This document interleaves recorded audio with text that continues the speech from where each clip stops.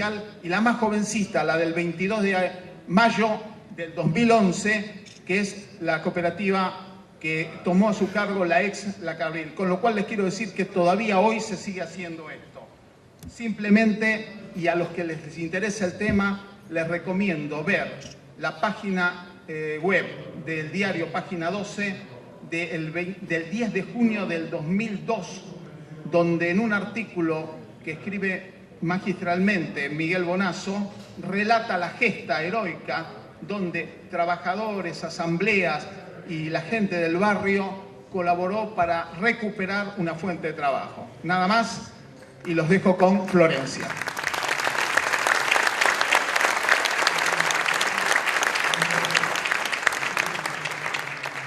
Sí, perdón, acá me comunican que la sala está colmada, hay mucha gente afuera esperando, lamentamos decirles que no pueden ingresar por disposiciones del gobierno de la ciudad respecto de actos públicos, les pedimos disculpas.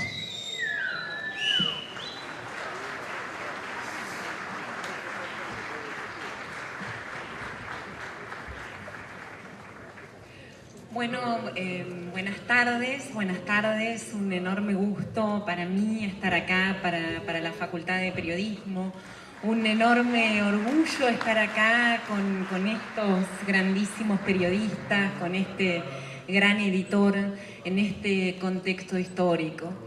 Un orgullo y una enorme responsabilidad que en principio me carga de muchísima timidez y vamos a ver qué hacemos con eso. El género de las presentaciones, Víctor Hugo ha hecho cosas de lo más interesantes también en presentaciones de libros, pero está lleno de libertad, ¿no? Y entonces esto, en primer lugar, me hace plantear el libro, aunque sí claramente está en el libro, y que es un enorme agradecimiento a Víctor Hugo y al papel que ha jugado en estos últimos años y a lo largo de toda su trayectoria para hacer de la comunicación en nuestra región y particularmente en este país un derecho para todos y no solamente un bien que se compra y que se vende en el mercado. Pero además, Víctor Hugo, lo sabemos, se han venido desde Rosario hasta acá, ¿no? O sea, de todo el país, lo sabemos. Víctor Hugo ha sabido crear en este momento histórico, 15 años después de cuando ha sido escrito, ¿no? 15, 16 años después de cuando ha sido escrito. No solamente por este prólogo, un encuentro con lo otro que no es esto que dicen los medios durante los 90, esto que están mostrando como la única realidad posible. Y es así que entonces escribe un libro donde, haciendo esta relación que tanto le cuesta a la sociología entre estructuras y entre una familia, de un padre, de su hijo, de su hija, ¿no? Es una hija de la familia, de este que se queda sin trabajo, escribe la historia del trabajo que se ha roto, ¿no? Este que pierde un trabajo que había organizado su vida y se transforma en un número, pierde el nombre propio, ¿no? El nombre propio. En este libro, Víctor Hugo cuenta la historia de la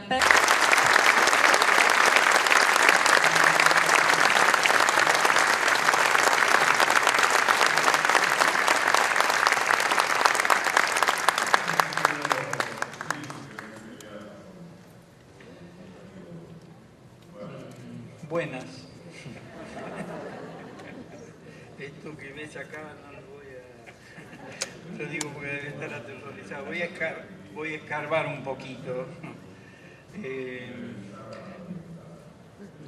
La pregunta con la que quiero arrancar es, y la vamos a dejar en remojo, si tiene algún sentido gritar en el desierto.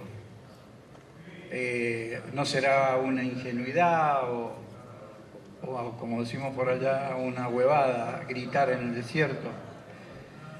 Bueno, mientras la pregunta madura,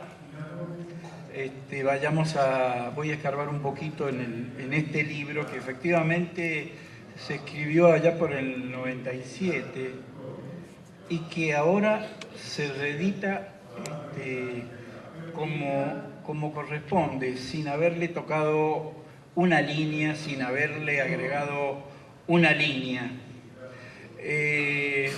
Porque es ahí donde vamos a ver el gran valor de este libro. Porque se escribió no con el resultado, con el día lunes, se escribió antes de aquella apocalipsis que tuvimos en el 2001, 2002. Se escribió también mucho antes de que explotara la famosa burbuja financiera y que está salvada con otra burbuja más grande que naturalmente va a explotar. ¿Dónde estábamos parados cuando se escribió este libro? La Argentina todavía conservaba las sílabas de su nombre. Era una especie de agujero con forma de mapa. Acá estábamos en la última década del siglo XX y estábamos gobernados por el señor de los anillacos, un hombre un golfista pésimo y de lenguaje invertebrado, pero ganó 3 elecciones, lo cual se debe a una sociedad un tanto distraída y muy sembrada por los medios de descomunicación.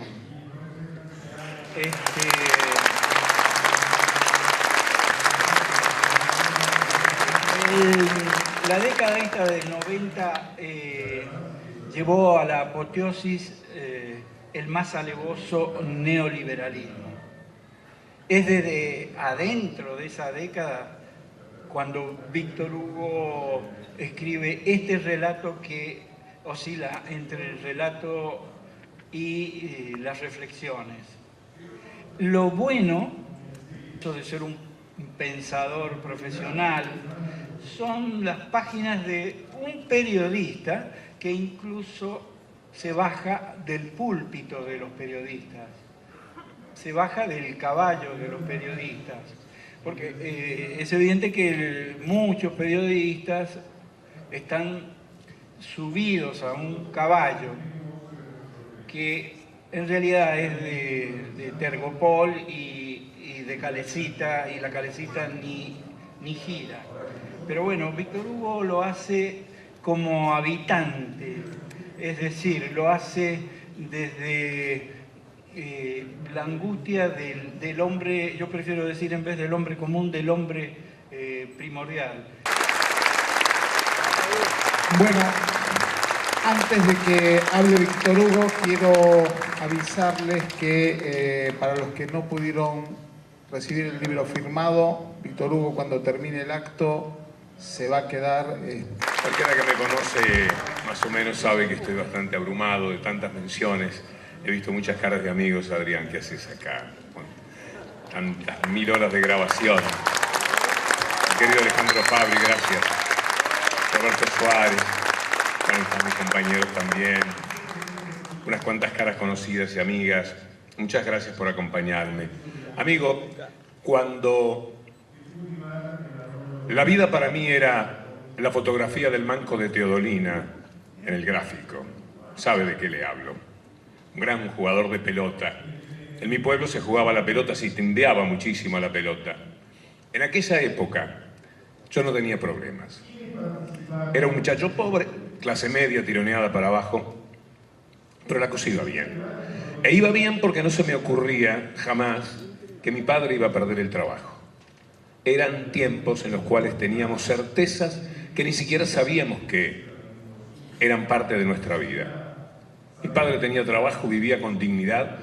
A mediodía solía contar, ese hombre modestísimo en otros atributos, pero muy digno, solía contar que el jefe le había pedido algo que no le correspondía y le dijo, yo no lo tengo que hacer y no lo voy a hacer. Y a mí me gustaba ese discurso, me gustaba esa rebeldía. Después con el tiempo supe que eso era no tener miedo a perder el trabajo porque no lo teníamos.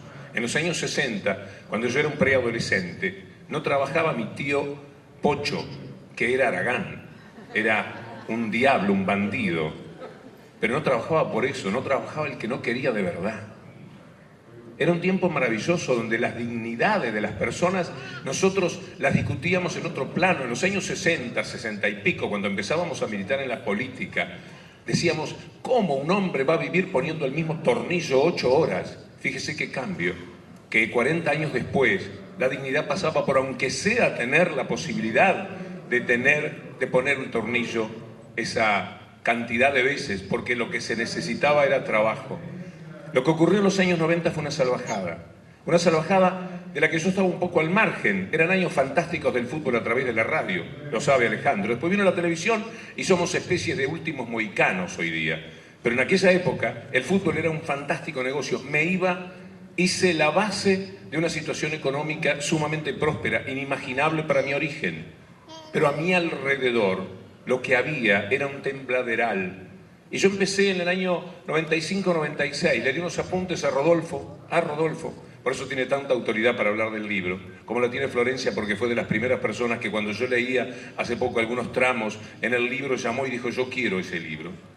Le di a Rodolfo unos escritos muy humildemente, con la autoridad de que yo lo he leído tanto a él, digo, ¿qué le cuesta leerme estas 30 o 40 páginas que yo en aquel momento tenía escritas? Me iba a la UNICEF, me iba a distintas entidades, pedía datos, los recababa, tomaba nota, porque me daba cuenta que el mundo se estaba cayendo a pedazos. Venían mis hijos del colegio y decían, José no puede venir más al colegio, porque el padre lo tuvo que sacar porque no lo podía pagar.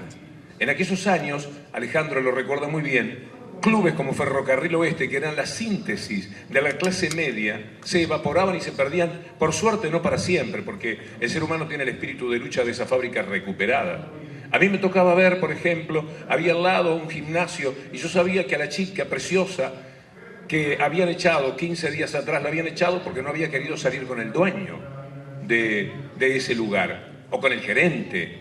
Y veía una cola, un día salgo de la radio y me encuentro con una cola como de 60, 70 chicas, porque habían puesto un aviso, la desesperación por ese trabajo, por 600 pesos que les pagaban, creo que esa era la cifra, para que a los 15 minutos el gerente o el dueño o el que fuese, el que la iba a tomar, le estuviese diciendo piropos frente a los cuales esa chica tenía que plantarse en dignidad o entregarse a los designios vergonzantes de pensar que un trabajo tiene que ser al mismo tiempo un chantaje para poder seguir adelante.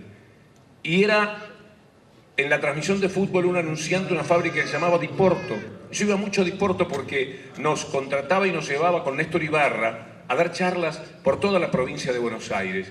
Y yo iba algunos mediodías y veía cómo 300 personas por lo menos se sentaban a las mesas y el libro tiene un poco en su contexto y en su historia esa etapa de mi vida, cómo había un canto a la vida, un descanso en el que yo percibía, miraba a alguien que joven miraba a una chica y se cruzaban una mirada intencionada y yo descubría detrás de todo eso pequeñas historias que son las historias de cada uno de nosotros en el ambiente donde nos movamos. Pero aquello empezó a terminarse y la fábrica bajó sus puertas y el barrio que vivía con las 400 personas que entraban y salían tantas veces al cabo del día y hasta el kiosco de la esquina al que hago referencia en el libro, que tenía una clientela fija, todo eso se apagó y la calle que era la calle Portugal, un pasaje, la calle que era una peatonal como la Valle, se quedó vacía. Y una vez pasé y dije, no puede ser que esto haya ocurrido, que nos lo hayan hecho de esta manera. Nos lo hayan hecho de esta manera, los mismos que nos lo quieren hacer ahora. Porque de esto se trata el libro, de contarles sobre todo a los muchachos en la que estábamos metidos en los años 90 y que los mismos que lo hicieron posible quieren volver a aquello. Y yo les quiero decir a los muchachos del libro, no lo permitan, no lo permitan. Cuando le hablan a ustedes de que no están dejando entrar libros, hagan una buena lectura de lo que está pasando en cuanto a no dejar entrar libros. ¿Qué es lo que no están dejando entrar? El trabajo que tienen los muchachos de la fábrica recuperada para poder plantarse en la vida y para poder seguir trabajando. Nos han enseñado a leer diarios en los últimos años, porque de alguna manera hemos tenido que reaprender qué es lo que hay detrás de un título de una noticia. Detrás del título de no dejan entrar libros, no dejan que cunda la libertad de mercado y la libertad de rajatabla, que es la libertad que le sirve a esos pocos, se cerraban esas fábricas. Esa fábrica, en un artículo que hoy leí en una parte nada más, los famosos tiempos de la radio, porque debí leerla toda, estaban defendiendo a balas y a pedradas en la vereda los vecinos de su barrio de Pompeya, esa fábrica con ellos adentro, trabajando y haciendo un libro sobre las asambleas populares, que tuvieron que pasar después por un agujero de la casa de al lado para poderlo sacar. Esa era la defensa del trabajo que había que hacer. Estábamos ya en el año 2002. Le habían hecho a la gente una verdadera salvajada y en consecuencia, lo que a mí me importa decir es que este grito en el desierto, que se iba a llamar Eclipse de la Dignidad, en realidad es un grito de todos, o por lo menos es un grito de muchos hoy día. El libro es escéptico y me felicito en el error cometido de pensar que era el final del mundo, porque yo no creí que nos íbamos a levantar de aquella indignidad en la que estábamos metidos. Ahora, cuando hoy, el viernes, pasaba una nota de una emisora de España con una mujer que le lloraba al cronista de la radio contándole que su marido se había suicidado, pensaba en lo que significa el trabajo para cada una de las personas. Porque no fue solamente quedarse sin trabajo, fue quedarse sin la vida. Ustedes saben lo que significa, muchachos, para un pibe de 20 años ver a su padre impotente cruzado de brazos, y eran millones. Millones de hombres que servían, millones de hombres honestos que se habían quedado al costado de la posibilidad de darle educación y felicidad a sus hijos, y hoy día nos están hablando de qué barbaridad lo que ocurre con la juventud que se pergeñó en aquellos años insolentes de tremendas injusticias sociales. Por eso me importaba encontrar la posibilidad de escribir el libro, que tiene una pequeña novelita, muy humilde si se quiere, porque yo en determinado momento veía que conseguía datos de la UNICEF, de América Latina, de la Argentina, datos de la pobreza, etcétera. Y algo le faltaba. ¿Qué le faltaba? Le faltaba ese testimonio de la pobre mujer que en España cuenta que su marido se suicidó al cabo de la tremenda crisis que para muchísimas personas significa quedarse sin trabajo. Y esa historia que yo escuchaba y pasaba por radio es mucho más poderosa que decir que en España en estos momentos hay 5 millones de desocupados. Leemos casi con indiferencia 5 millones de ocupados en España, 5 millones de desocupados en Grecia, 25 millones de desocupados en Europa, a la que le hicieron lo mismo que nos estaban haciendo a nosotros en los años 90. La Europa se entregó de la misma manera y ahora lo está pagando como nosotros en el 2002. En realidad, en el 2001, la Argentina fue un espejo que adelantó para el resto del mundo y no lo supieron ver, no lo quisieron ver, o sabían lo que estaba ocurriendo y no pudieron detenerlo, porque al mismo tiempo ese mercosaurio al que hago referencia en el libro termina devorándoselos a ellos. Yo les quiero leer algunas pequeñas partes del libro para que tengan una idea, y sobre todo los que acaso no lo puedan comprar, me gustaría hasta regalárselos. Este libro para mí no significa en lo económico absolutamente nada. Declino absolutamente toda posibilidad de deseo económico, porque lo que me importa es que sea leído. Me importa también, es verdad, como mecanismo de defensa, porque Jorge Gurbanov me ayudó a pensar en algo muy bueno. Yo quería ponerle algunos arreglos al libro, no arreglos, sino mirada desde ahora. Pensé en plantarme en el 2011, cuando empezamos a hablar, y que ese libro dijese: miren lo que yo decía en 1996, 97, 98, miren lo que yo pensaba, que el mundo se venía abajo, y no es así. Fíjense que ahora tenemos una situación en la cual la dignidad, tanto de la nación latinoamericana que integramos y consecuentemente de los habitantes de cada una de esas naciones, se ha puesto de pie. Podemos hablar en términos de dignidad de una manera completamente distinta hoy día, y esto es lo que se celebra de alguna forma, y yo quería trasuntar en el libro. Y Jorge me dijo: ¿sabes qué es lo importante de este libro? Que lo puedas publicar sin corregirle una coma, porque de tantas ocasiones en las que tratan de mostrar que has cambiado o has torcido el rumbo, poner en la calle un libro escrito hace 14 o 15 años con las mismas palabras de entonces significa un grito muy fuerte, una coherencia que en la vida vale la pena. Porque podemos discrepar de momento con los gobiernos. Yo tuve un altísimo aprecio, y lo tengo todavía, por el doctor Raúl Alfonsín. Cada uno de ustedes seguramente lo valora de una manera muy distinta cuando ve la película y no tiene que juzgarlo en la coyuntura de cada uno de los momentos que vivió, como sucede con el ahora político. Y de alguna manera vamos y venimos en nuestras impresiones respecto a lo que se hace desde el gobierno. En lo que no podemos ir y venir es en el profundo sentimiento de la sociedad y de la humanidad que deseamos. Lo que no podemos apartarnos es, me parece, del lugar de la solidaridad, del canto a la dignidad que todos los días tenemos que de alguna manera interpretar. Quiero leer, para no robarles demasiado tiempo, ya son las 10, es la hora en la que deberíamos de alguna forma terminar, algunos párrafos del libro, y me los explico después. Sobre los políticos, decía, el tema pasa por la dignidad, y no son los economistas los que pueden ocuparse del asunto, porque no les compete. Entonces podría ser en la esfera de la política, pero es tan pequeña porque aquello ocurría con la política, era nada, la política prácticamente no existía, pero es tan pequeña que ya no puede abarcar tales cuestiones, porque ese hombre que pasa frente a las tropas, hablaba de un potencial presidente, con aire de prócer, es nada, porque la política y los hombres de la política para mí eran nada. Mientras la televisión nos muestra ese mundo de apariencia, en un impersonal hotel de alguna ciudad, arriba en un piso alto, por unas horas, otro señor coloca unos papeles sobre la mesa, recaba algunas firmas, cena sin excesos, cierra su maletín, pregunta, che, ¿quién es ahora el presidente acá? Dice, sí, bueno, y se va a dormir lo antes posible, porque su avión parte mañana temprano. El mundo era una cosa que estaba organizada permanentemente desde afuera. Todo es el mundo, decía, y el mundo es así, el más perfecto. Ya quedó demostrado que lo demás, como decía Florencia Saintú, cuando se produce la implosión del mundo comunista, lo demás era un fracaso. Y los economistas lo dicen desde una lógica que se ha vuelto irrebatible, frente a la que nada pueden ya datos irrelevantes. ¿Qué quiere que le haga? Dicen mientras clavan sus pupilas en los decadentes humanistas que fastidian con esas angustias. De las organizaciones internacionales creadas por un conjunto de valores. Y como una forma de expiación, de reparación, les otorgan una leve voz, pero les vetan las mínimas insinuaciones de hacer algo antes de que sea tarde. Hablaba de los pobres.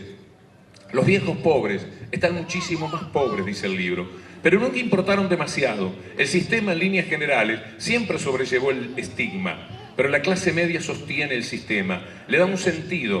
Perderla donde existe es muy grave. Los gobiernos se asustan, por ningún motivo relacionado con ideas humanistas, pero claro, sí por cuestiones recaudatorias, de imagen, de seguridad. Y cuando se asustan, ruegan, se ponen de rodillas, amenazan. Y las empresas se les ríen en la cara, porque un gobierno les dice a las empresas que no abusen. Cuando un gobierno les dice a las empresas que no abusen, ese gobierno está diciendo que no tiene el control de nada. Las reglas de juego se hicieron a pedir de las empresas, por eso esas ni se inmutan. Y si algo conceden, es negociando ventajas mayores por otro lado.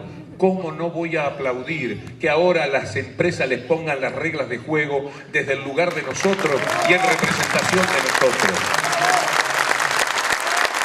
Sobre los aspectos, los economistas que eran los dueños de todo y que permanentemente están queriendo volver a ser los dueños de todo. Basta prender la televisión y determinados canales en especial. Casi burlones, los políticos asumen alguna responsabilidad.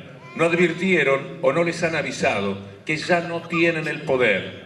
El mundo es un asunto económico y dicen que la economía de los países crece. El hombre común tiene derecho a saber que el crecimiento debe estar en algún sitio muy remoto respecto de sus urgencias. Al diluirse la responsabilidad de la política en aras de la economía, el mundo ha quedado en manos de grupos de señores que no están obligados a una ética de servicio como la que deberían tener los hombres que representan a los pueblos. La dictadura de los economistas provoca un aumento de las endémicas taras sociales de la región, pero avaladas por las democracias, por el voto y por los libros de las leyes que contienen todas las correcciones que fueron siendo de la conveniencia de los nuevos protectores. Ahora le llaman seguridad jurídica. Pasado el tiempo, lo que quieren es la famosa seguridad jurídica. Las noticias detallando espantos parciales disparados por la singular estratagema son discutidas dentro del contexto, otra salida no hay. Los gobiernos militares dejaron de rodillas para siempre al hombre latinoamericano. Aquí está el error, gracias a Dios, no era para siempre. Por eso yo lo hubiese querido cambiar, porque esto está equivocado. Los gobiernos militares dejaron de rodillas para siempre al hombre latinoamericano, no es así. Y la ansiedad de los políticos por acceder al poder impidió la debacle de las gorras. Los políticos se sentaron a pedir su oportunidad y los otros dijeron que sí, pero pusieron sus propias condiciones. Esto va sobre todo para América Latina, porque la Argentina, esa era una fortuna que no fue aprovechada debidamente en el momento oportuno, no tuvo que negociar con la dictadura. La dictadura de alguna manera se fue, eso sí, siguió vigente y poderosa y hubo que darle muchísima pelea después, pero no participó de una negociación que algunos países de América Latina lamentablemente tuvieron que llevar a cabo para poder volver al poder político. Y yo me preguntaba, ¿por qué quieren el poder político? Si van a estar para siempre acollarados. Fíjense ustedes que hay países que recién ahora, países extraordinariamente importantes en la historia política como el Uruguay o países como Brasil, recién comienzan a transitar lo que en la Argentina ya es veteranía. Ya abrimos los diarios y ya no sé cuáles son las noticias, están como de alguna manera mezcladas, el ayer, el hoy, todos los días tienen que dar la cara y dar explicaciones y están presos. Esto es algo que se ha podido hacer grandiosamente en todos estos años. Se decía del Estado, no se podía perder en el libro, textual, no se podía perder más el tiempo discutiendo sobre el papel del Estado. Lo despojaron de su dignidad, declarándolo obsoleto, y lo hicieron los propios hombres de la política. Cosa curiosa, como si afuera del Estado pudieran ser útiles, salvo siendo lobistas, o sea, aceptando convertirse en su propia negación. Recientemente hemos tenido algún episodio de lo incómodo que es la vida de ciertos políticos afuera de la política teniendo que trabajar como lobistas. Se despanzurraba el Estado, todo estaba en oferta y se prometía no gastar ni un solo peso en esas viejas lacras del paquidermo dirigista. Educación, salud, ancianidad serían para el futuro una cuestión de Dios. Ante semejantes posibilidades de recaudación, el altruismo, la filantropía, la quijotada, la misericordia y la libertad alcanzaron la expresión más alta y paternal de la joven historia de estos países. Se habla de las empresas periodísticas, que para mí siempre ha sido un tema. ¿De qué vivo sino de trabajar en los medios de comunicación? Por eso, de todo lo que ocurre ahora, en algún sentido fui un poco un adelantado, porque veía la salvajada que se cometía con el fútbol, la forma en que lo estafaban al fútbol, a los clubes de fútbol, pero también a la gente. Esa estafa que ahora terminó, porque los clubes de fútbol recogen lo que producen y quizás un poco más podría decirse en la negociación de lo que producen, y la gente no tiene que campanear un partido de fútbol mirándolo desde la vereda a través de una ventana de donde se ve a trasluz un partido de fútbol, porque puede verlo en su casa y puede verlo con sus hijos integrado, en vez de tener que salir a ver el partido parado en la vereda cuando no tenía para entrar y comprarse una cerveza dentro del boliche, pero dejando a los muchachos en casa pateando chapitas en algún lado. Y hoy día el fútbol para todos, que es una batalla que me emociona pensar cómo se ha ganado. Hoy día el fútbol para todos permite que papá, mamá y los muchachos estén todos juntos el sábado entero,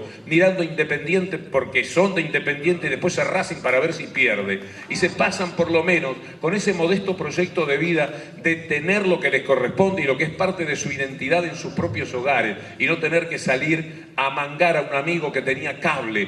1 millón de personas tenían la televisión por cable. ¿Cuántos miraban el fútbol? Hoy día potencialmente, y eso que el fútbol para todos todavía no es para todos porque hay que ganar algunas batallas en la tecnología, hoy día potencialmente llega a 25 o 30 millones de personas en todo el país. Y esta es una batalla que se ha dado y que se ha ganado. Por eso aprendí a conocer a las empresas periodísticas. En aquel momento quería entrar gente internacional. Yo trabajo en una radio que es una emisora, un grupo internacional, Prisa. Entonces querían entrar. Por supuesto que todavía Prisa tiene todo en el aire. ¿Quién se lo hizo poner en el aire? El grupo Clarín. ¿Por qué? Porque venían a competirle en serio. Y entonces le pusieron el pie en el pecho. De todas maneras, yo creo que sería bueno que cada empresa periodística defienda un poco más directamente sus propios intereses. Fíjense ustedes lo que se presentó en este diferendo de Argentina y España para una empresa periodística que se corresponde con intereses españoles, dentro de la cual me tocaba estar a mí. Pero debo decirles que por suerte, sin que nadie me dijese que podía decir o no decir algo, y nadie me pedía que dijese nada. Esto como reconocimiento del valor que a veces puede tener o darse una empresa, pero esto también marcando la dificultad que significan los intereses globalizados del mundo, que en algunos sentidos son altamente no convenientes. Entonces venían empresas de afuera que querían comprar los medios, y los medios que habían traicionado todo en la Argentina, los medios que le habían dicho sí, cómo no al libre mercado, sí, cómo no a la libre empresa, sí, cómo no a la privatización, ahora decían no pueden venir de afuera. Venían de afuera para quedarse con todo, con la electricidad, con el gas, con cada uno de los servicios, porque en realidad, en general, lo que se compraba, lo que se vendía era dar servicios, que era un cheque al portador, un negocio que todavía reditúa enormemente. Entonces ellos decían, no, es una barbaridad lo que nos están haciendo, y por ahí escribía, capitales internacionales ingresan a competir en el mundo de la información. Que el mundo de las ideas sea controlado desde afuera, eso es grave. Sacar o poner un ministro no, o que un mal día fueran decisivos para que alguien llegue a presidente de la República, era ya una posibilidad. Presionar gobiernos para obtener ventajas en otros negocios, algo ya observado muchas veces. 1998. El periodismo, por su parte, debería representar un rol decisivo. El hecho de haberse convertido en poder en sí mismo ha hecho claudicar en muchos países su credibilidad. Miren a dónde fueron a parar ahora. No es sencillo detectar cuando sus títulos y comentarios proceden de una irreductible pureza ética. Para que la situación se tornara más grave y de improbable retorno, accedieron al periodismo recursos económicos que corresponden a otros intereses. Hablaba de Telefónica, que era la radio donde yo trabajaba en esos momentos. Son los medios de comunicación la esperanza eclipsada de un refugio para los valores de la dignidad. Por la mañana, los comentaristas de radio hablan sobre la televisión. En los diarios los temas son los de la diosa electrónica, moviéndose como ejércitos siniestros que ametrallan a sus víctimas con obviedades, gritos ininteligibles, acusaciones absurdas, que luego reivindican el derecho de informar a la gente, pronuncian discursos sobre la libertad de expresión, se muestran valientes advirtiendo que de todas maneras seguirán el asunto, porque no le gusta a ese señor que acaban de pisotear, de babear, de incriminar y de apostrofar, no es problema. Infelices usados, tontos útiles al deformante espejo de las cámaras, preguntan en la pausa, che, ¿cómo salió esto?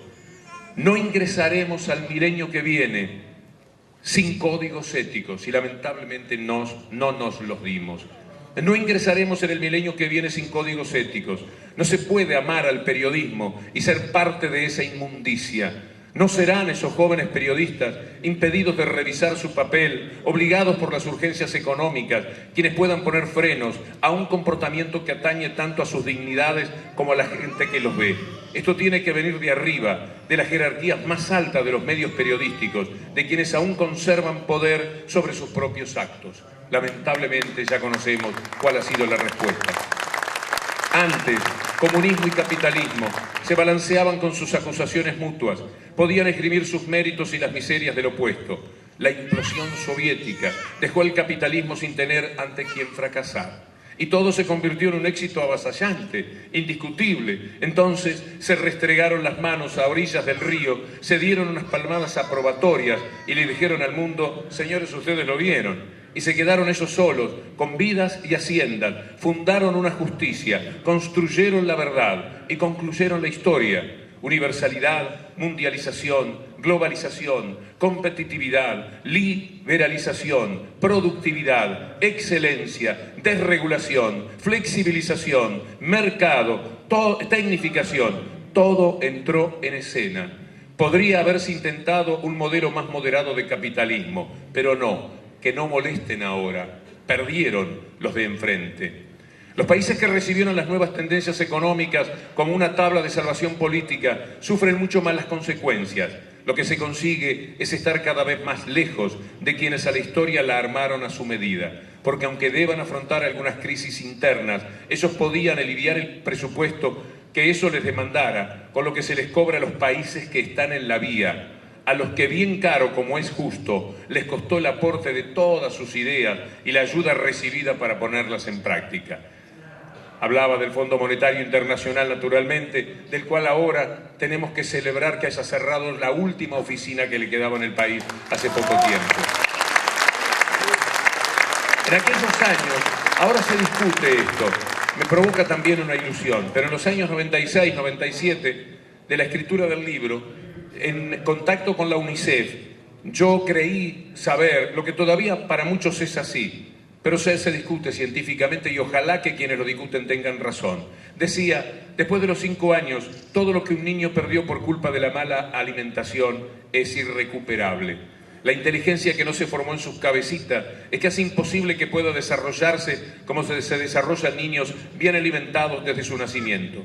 Aquellos nunca recuperarán la dignidad perdida al nacer. Están seleccionados ya, sin haber incurrido en ninguna culpa, salvo la de venir al mundo, a hacer más grandes los números fatídicos que ocultan los discursos triunfalistas de los candidatos globalizados y alimentan las razones de los que, por más que griten, si acceden al poder, no podrán, no se animarán a cambiar el curso del río para el otro lado.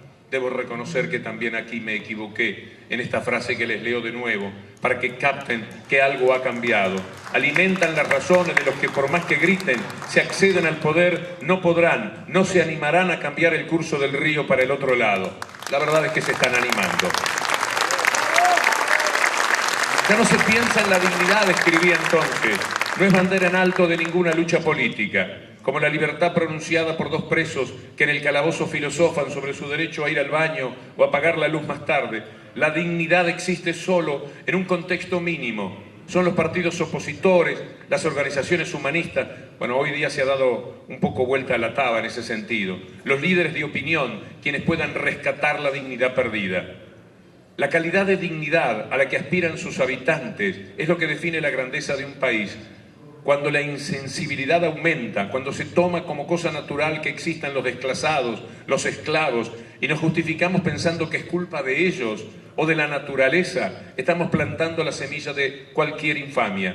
Es muchísimo ahora, pero proyectado en el tiempo resulta aterrador. Más de la mitad ya son pobres, decía en 1998. Pero entiéndase de una vez, pobres no es una palabra. Pobre es un alguien despojado de sus dignidades, que no come, que no trabaja, que no estudia, que muchas veces muere al nacer o muere su mamá. Pobre duerme ahora sobre la tierra y come sobras cuando las encuentra. Pobre es violento, está resentido, porque un hombre con hambre es un hombre enojado. En América Latina, pobre sale de los arrabales y roba y mata más que en ninguna otra parte del mundo. 5 veces más mata el tal pobre. Y ya no solo mata para comer. Pobre tiene claro que la vida no vale nada, que es un agravio, un oprobio. Y si para él no vale nada, ¿cómo deduce, cómo entiende que para el otro, aquel al que mata sí tiene valor? Y el futuro, América, me preguntaba, al terminar el siglo, y aquí viene otro error que en una nueva redacción hubiese querido corregir, pero quizás es mejor así como queda el libro, que aspiro que lo lean los muchachos sobre todo, para que no vayan a permitir que aquellos años 90 vuelvan, porque la batalla es de todos los días. En cada uno de los títulos de los diarios tenemos algo por lo que pelear. Cuando hablamos de que se enojan porque se cierran de vez en cuando, un rato, la frontera de tal producto, porque si no se va a cerrar esta fábrica, seamos cautos en esa lectura y seamos profundos. Lo que están diciéndonos es que no hay derecho a mantener el trabajo de los de adentro, y el trabajo de los de adentro es el trabajo de nuestro amigo, de nuestro hermano, de nuestro cuñado. No lo podemos volver a perder. Tenemos que alimentar un mundo en el que una persona no se levanta a las 7 de la mañana y a las 7:30 el día haya envejecido, porque 30 minutos después de levantarse alguien que no tiene trabajo, el día ya no es nada. Tomó unos mates, 10 minutos tomamos mate. Regó las plantas, 10 minutos regamos las plantas. Se levantó a las 6:30 de la mañana, mira el reloj, 7:30. ¿Qué hace con el resto del día? Enfermarse, morirse, suicidarse, mirarse en el espejo de sus hijos que lo miran diciendo: ¿qué pasa, papá? Vos sos un inútil, ¿por qué no trabajás? ¿Por qué no me podés ayudar para que yo pueda estudiar? Ese es el mundo que hay cuando no hay trabajo. Ese es el mundo que ahora tiene que enfrentar a España después de estos años en el que increíblemente un partido de izquierda se entregó a los abrazos del Fondo Monetario Internacional. Es feo para un gobierno perder por traicionarse. No nos traicionemos aquí, no nos traicionemos nosotros. Apostemos constantemente a la lucidez. Y como hay mucho para discutir y cada uno de ustedes, muchos de ustedes, la mayoría me imagino, han tenido que pelear de vez en cuando por mí, en las discusiones que hay, sepan que la pelea, que tanto les agradezco porque es parte de lo que hay, de lo que habita en mi corazón, y lo veo y lo palpo en cada apretón de manos. La pelea tiene que ser muy inteligente, cotidiana y persistente. Tenemos que ganar en nuestra familia contra la persona más grande de la familia que no está quizás en el ritmo para entender las cosas, que lee una noticia y no sabe lo que hay detrás. Yo salí de mi casa y dije, pero ¿será posible? ¿Será posible? La noticia era Chicone, no sé qué de Chicone, ¿cómo la dan todo el tiempo con el vicepresidente Vudú? ¿Qué están diciendo? Que toda esa corrupción tiene que ver con él. Tenemos que aprender a saber, a leer qué es lo que nos están diciendo en cada uno de los títulos que aparecen en los medios de comunicación. Son una forma de decirnos qué mundo quieren ellos. Ese mundo quedó probado en los años 90, no nos sirve a nosotros. Es un mundo sin trabajo, es un mundo sin dignidad. Lo que tenemos que apreciar es una clase política, sea un gobernante municipal, sea un gobernante provincial, sea un gobernante de la más alta esfera política del país. Cada hombre de gobierno que se despierte pensando cómo voy a dar trabajo, vale oro. Cada empresario que se levante cada día diciendo cómo le puedo dar trabajo a una persona más, ese empresario vale oro. Cada empresario que defienda su empresa para proteger que si tiene 200 empleados no tenga 195 y después 180, sino por permitirse la meta de llegar a 220, cada uno de esos empresarios vale oro. Y es a esos empresarios a los que hay que proteger, no a los que fácilmente protestan a través de los medios donde tienen sus avisos y donde tienen su protección para que esos periodistas combatan por ellos y por sus intereses y no por los intereses de la gente. Y el futuro, América, me preguntaba, al terminar el siglo, habrá discursos elogiando la sabiduría de estos 100 años de progreso. Los escuchábamos en el Bicentenario decir que en 1910 esto era una jauja. Pobrecitos los que trabajaban en 1910. Pobrecitos los inmigrantes que llegaban a vivir construyendo con sus propias manos el país que ahora, y en América Latina en general ocurría, que ahora podemos construir. No era mejor 1910, es mucho mejor el 2010. Y tenemos que entenderlo y tenemos que defenderlo a rajatabla. Yo me preguntaba, desencantadamente, ¿y el futuro, América? Al terminar el siglo habrá discursos elogiando la sabiduría de estos 100 años de progreso. Pero es probable que esos discursos ignoren la cantidad de niños latinoamericanos que por entonces vivirán en la más absoluta miseria. Serán 70 de cada 100. Gracias a Dios me equivoqué. Ellos son los padres de las estadísticas del mañana venturoso de América. En el 2010, algún presidente les pedirá entonces disculpas por estos 10 años de fiesta. Y esa disculpa se ha pedido, esa disculpa ha sucedido. Y cuando, con las discrepancias que se pueda tener por la libertad a la que aspiramos cada día los periodistas, hay coincidencias con lo que hoy día sucede, y alguien puede tener el tupé de pensar que uno cambió de rumbo, esto que yo me permito publicar es la demostración de que no hay ningún cambio de rumbo. En todo caso, está la felicidad de que aquel sueño marchito y trunco y desencantado, que ya no se podía cumplir, aquello que en realidad es una pesadilla, hoy es un sueño que habitamos y un sueño posible para nuestra América Latina. Esto es lo que quiero gritarle a los muchachos. Muchas gracias.